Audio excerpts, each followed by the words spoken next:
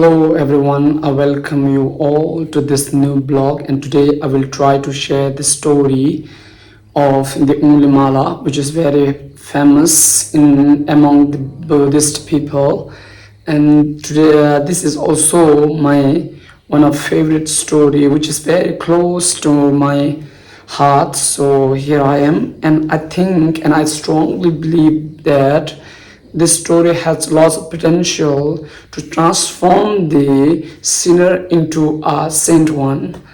And I'm also one of those sinner who desperately wants to become a saint one, but never had been, but still trying to become a saint one. So here I am. So it was the time when Buddha was at Jetavan, which is in Sravasti. At that time, there was very poor woman who had one son, and her name was Brahmana Divya. So she had son, and we known him as Mala. So in the childhood of Mala, he was very gentle and respect towards every person he met, and warm heart towards everyone. And also he looks very handsome. It says something in like that in Sutra. And there was a Brahmin whose name was Manibhadra. So he was one of the most educated person at that area.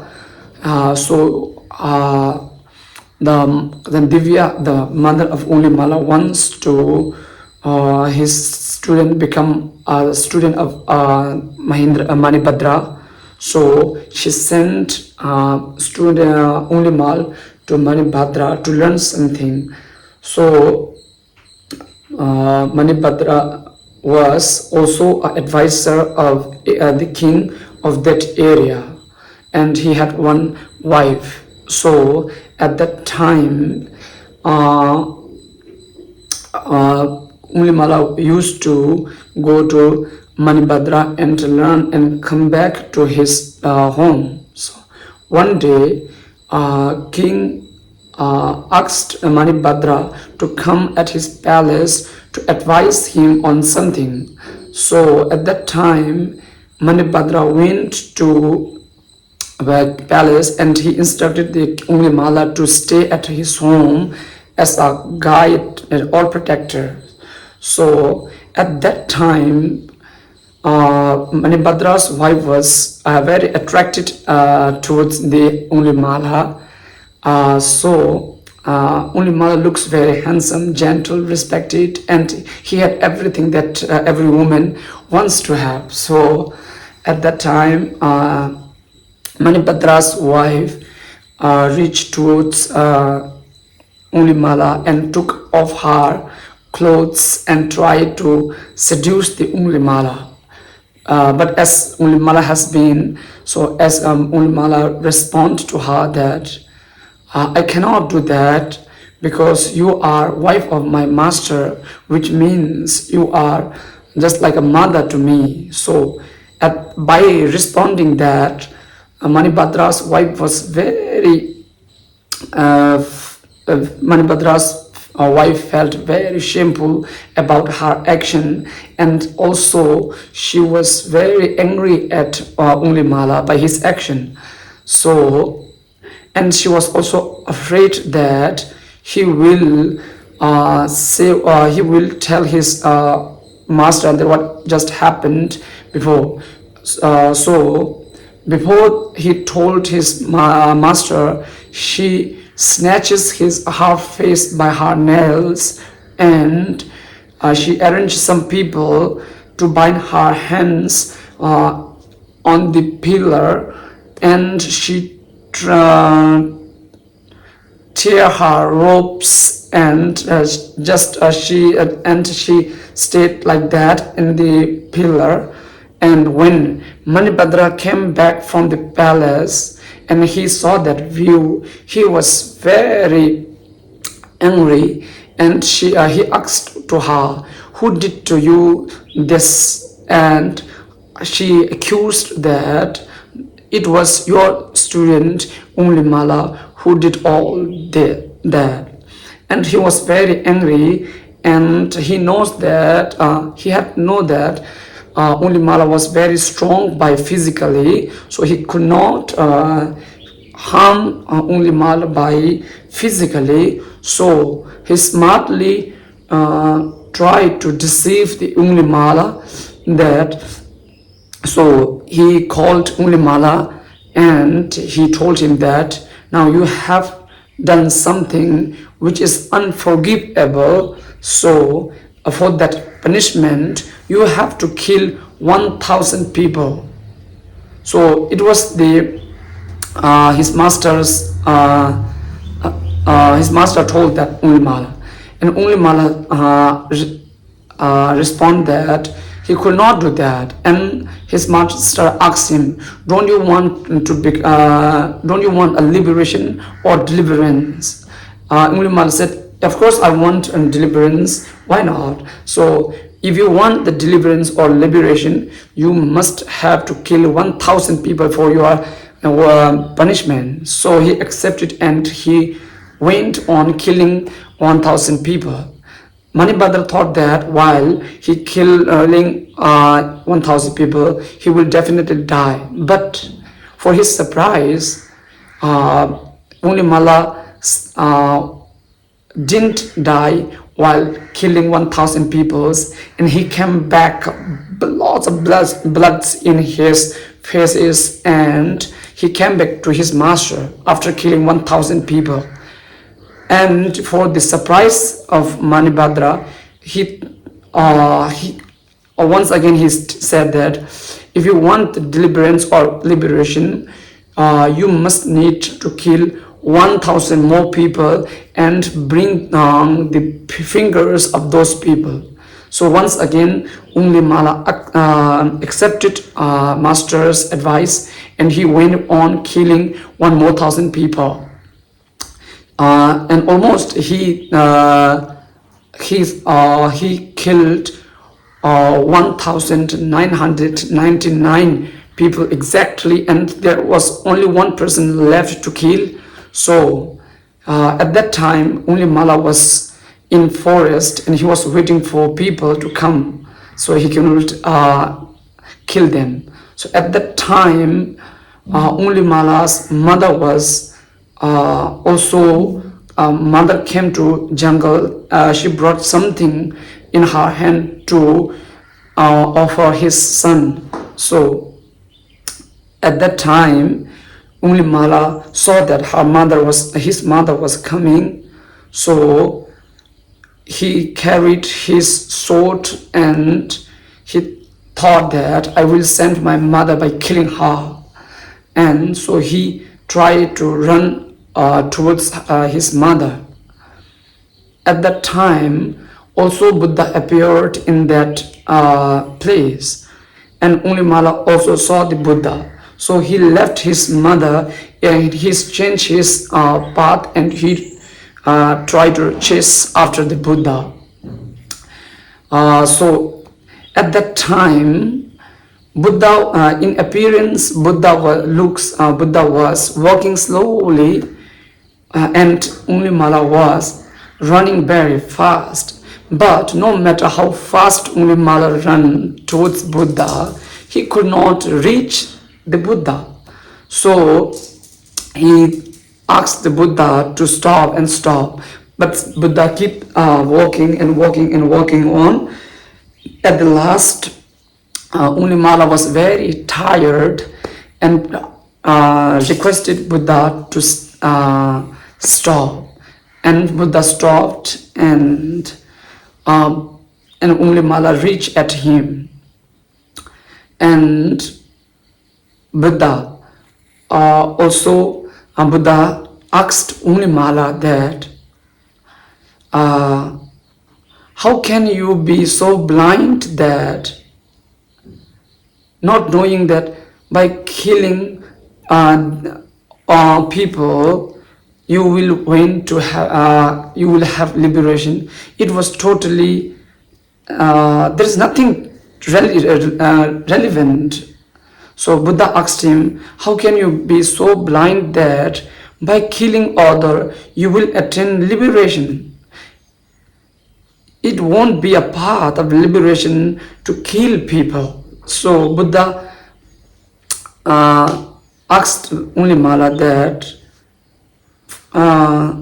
every one of us are afraid of punishment, and everyone's life is the most precious thing to oneself, just like you. So examine on yourself and stop this killing. That this was the Buddha's response. And also Buddha also told the Angulimala that this bloody sword on your shoulder doesn't suit you, Angulimala. Please stop the killing. Buddha requested to Angulimala. And also Buddha asked him, aren't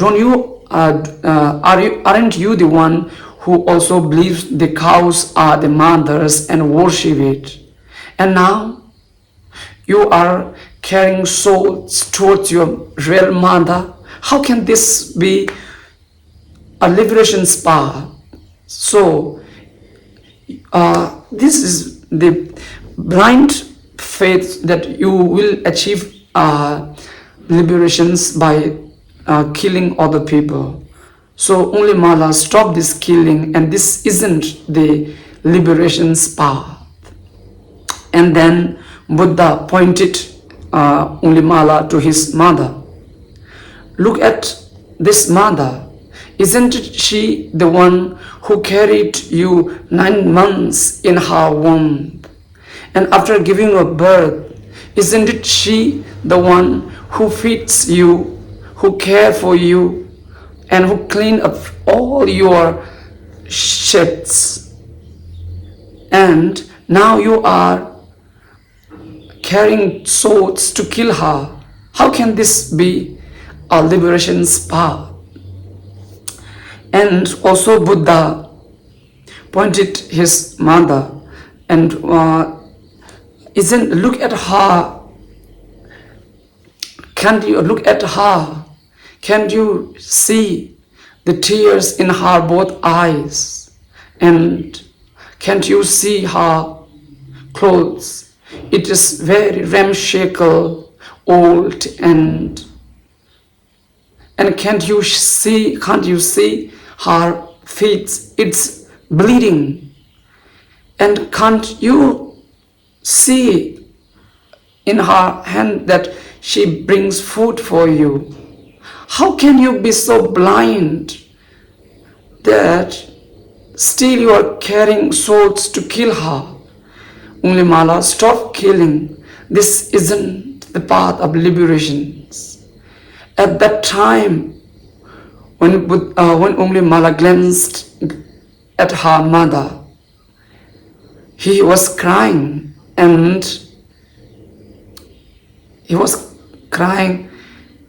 and he right now he realized that he was deceived by his master.